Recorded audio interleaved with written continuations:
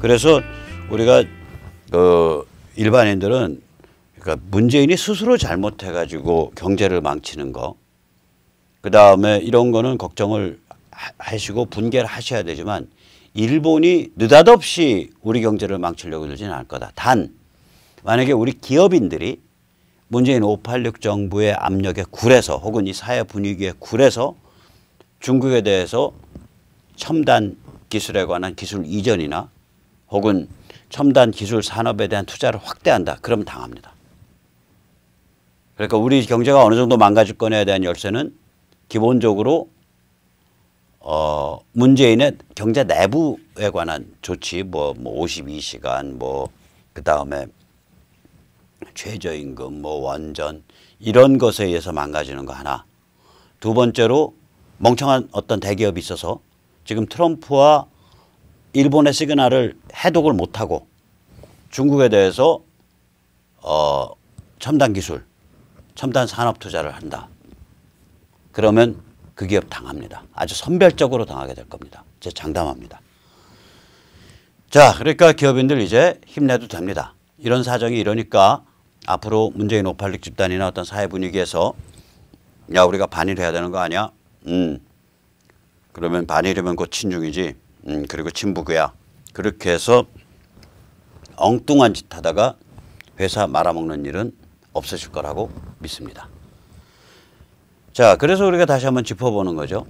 저희 세뇌 탈출에서 말씀드렸듯이 이번 일본 8.3 조치의 특징은 쿨한 수출 관리입니다. 일본 관리들 본인이 이거는 수출 규제도 아니고 수출 금지도 아니고 경제 보복도 아니다. 조치의 내용을 보면 정확히 드러나요. 우선 첫째, 품목 확대가 없어요. 언제든 확대가 가능합니다. 품목 확대가 없잖아요. 그러나 언제든 확대 가능하죠. 품목은 요번에 미리 발표한 거 3개. 그러니까 포토레지스트, EUV 포토레지스트, 극자외선 감광제, 그 다음에 불화수소, 즉 에치가스, 그 다음에 플루오린 폴리아미드. 이 3개에서 안 늘어났어요. 이거 늘리면은 다른 전략 물품들이 있기 때문에 한 200여 개 이렇게까지 느는데 우리랑 직결되어 있는 게 한 160, 70개까지 느는데 안 늘렸다고요. 3개고 품목 확대 없다고요. 그러나 조치의 성격으로 보면 언제든지 이제는 확대 가능하게 되어 있어요. 바로 순식간에. 그 다음에 요번에 이제 벌써 한 건 수출허가 나왔죠. 그러니까 집어넣은 지 2, 3일 만에 나온 거예요. 수입 신청 집어넣은 지.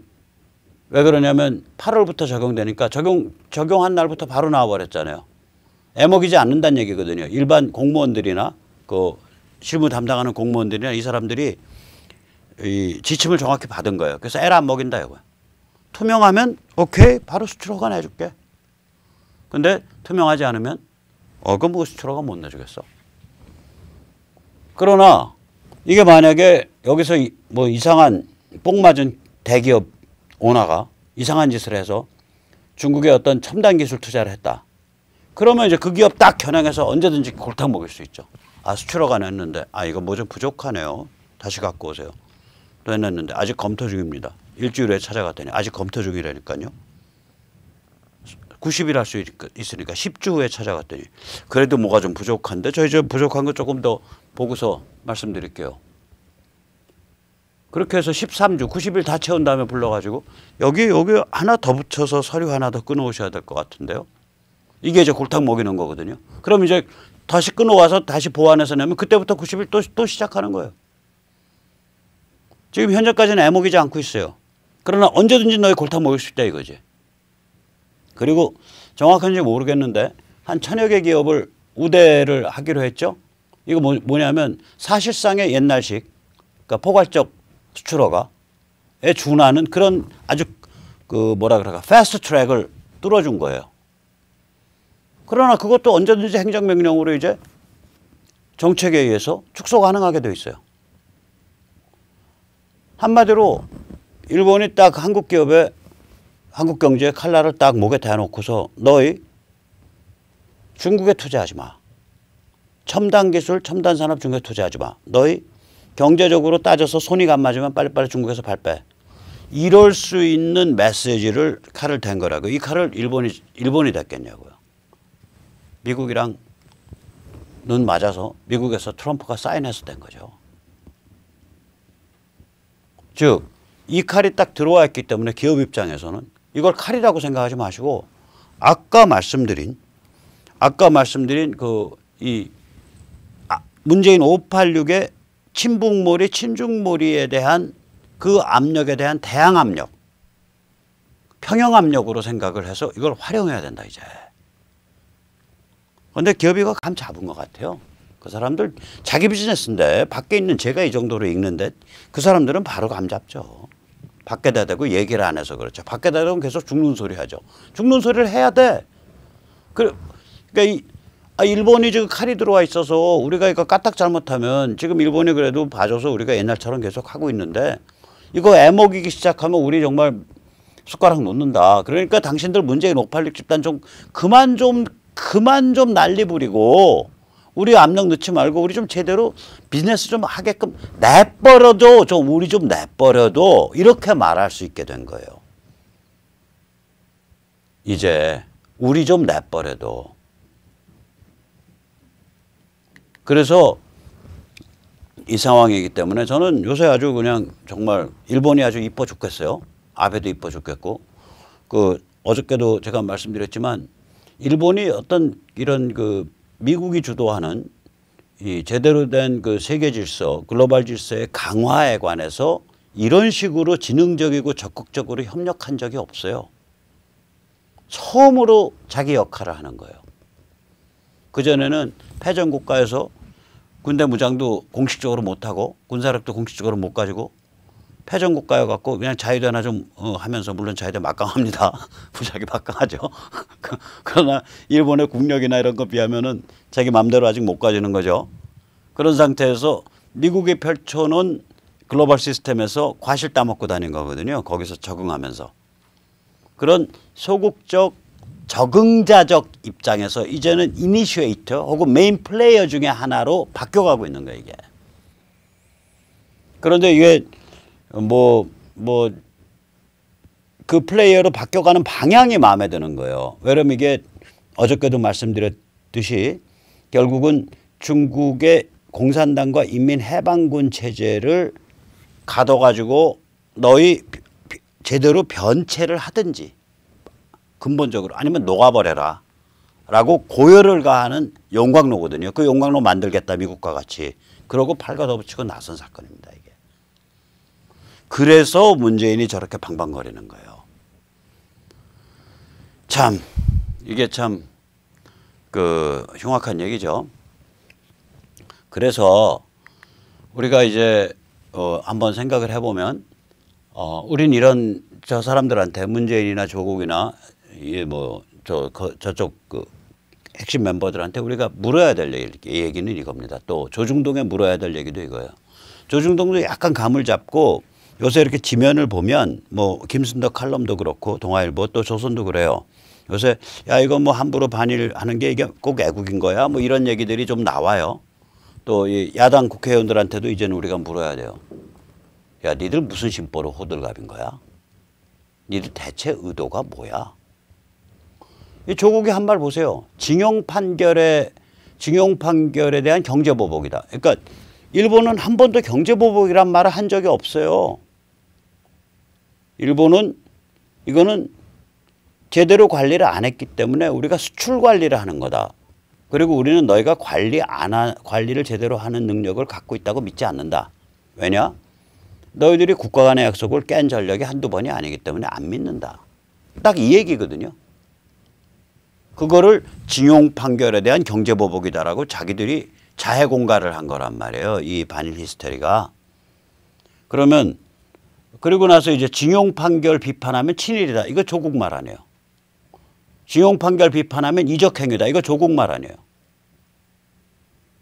그리고 죽창 들자. 이거 조국 말 아니에요. 쫄지 마. 조국 말 아니에요. 남북 협력으로 일본을 제끼자. 이거 문재인 말이죠. 저희는 그게 어떻게 들리냐면 남북이 중국에 굴복해서 중국을 받들어서 나란히 잘 섬겨서 일본을 제끼자가 아니라 한미일 삼각동맹을 깨자. 이렇게 들려요. 저희 귀에는. 그 다음에 그 민주당 국회의원 뭐라 그랬어요? 일본에 대한 여행을 제한해야 된다. 일본에 대한 여행을 제한해야 된다라고 얘기해요.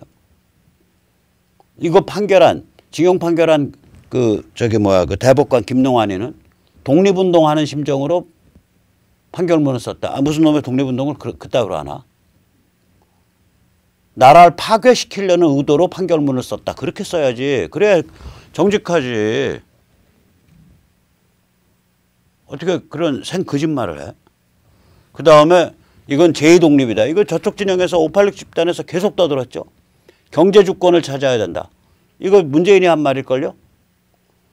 임진왜란을 우리가 다시 생각해야 된다. 이거 문재인이 말했잖아요. 임진왜란 때 일본이 노린 게 도공이다. 뭐 이런 말. 그러니까 지금 상황을 임진왜란에 말하는 거예요. 일국의 대통령이. 이 판이 이러니까 저 꼭 어디 그 집사같이 생겼는지 집사같이 처신하는, 생긴 건 제가 얘기 안 할게요. 집사같이 처신하는, 말은 집사같이 처신하죠. 꼭 이낙연 총리란 자가 뭐라 그랬어요 며칠 전에?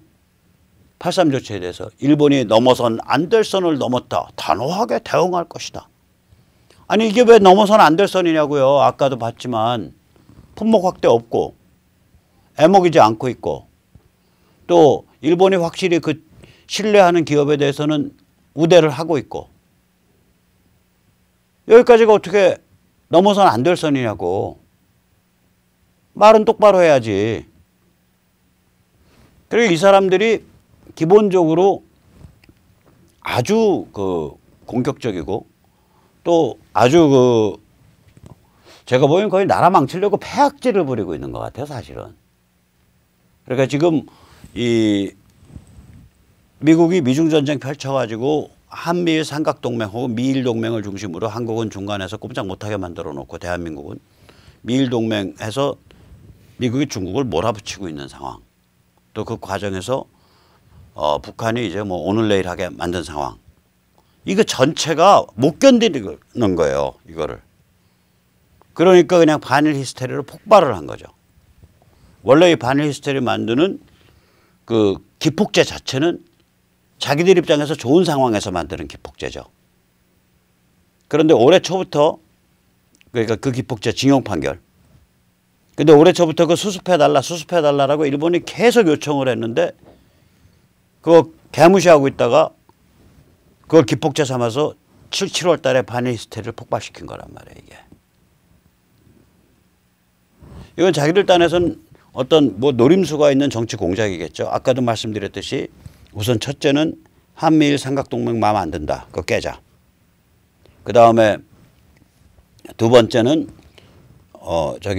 내년 국회의원 선거 때 좀 유리한 곳을 차지하자. 사회 전반을 반일 히스테리 분위기로 만들어서 사회 전반을 전교조 역사관으로 무장시켜서 사회 전반을 조정래 아리랑 역사관으로 무장시켜서 반일 히스테리 만들자. 그래서 내년 국회의원 선거에서 재미보자. 세 번째는 사회분이 그렇게 가면 기업이 함부로 중국으로부터 철수하지 못하게 되고 나아가서 조금 더 기업을 프레셔하면 조금 더 기업을 압력을 가하면 기업이 지가 알아서 중국의 첨단 기술, 첨단 산업을 투자를 확대할 것이다. 이런 노림수 아니었겠나 이렇게 추정을 합니다. 이제 그 노림수 다 깨진 거예요. 깨지는데 제1등 공신은 뭐냐? 우리 자유시민들입니다.